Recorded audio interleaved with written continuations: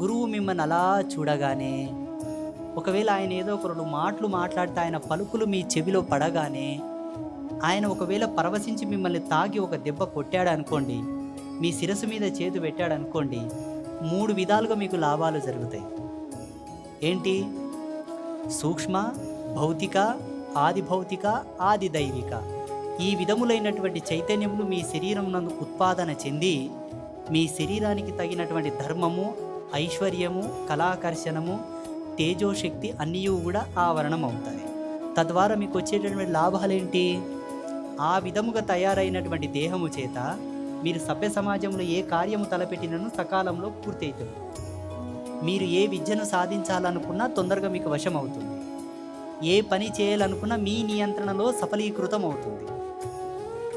ఏ dealing చేయాలనుకున్నా మీ ఆధీనంలో తొందరగా సఫలమవుతుంది. ఇలా శరీరం రిజర్వ్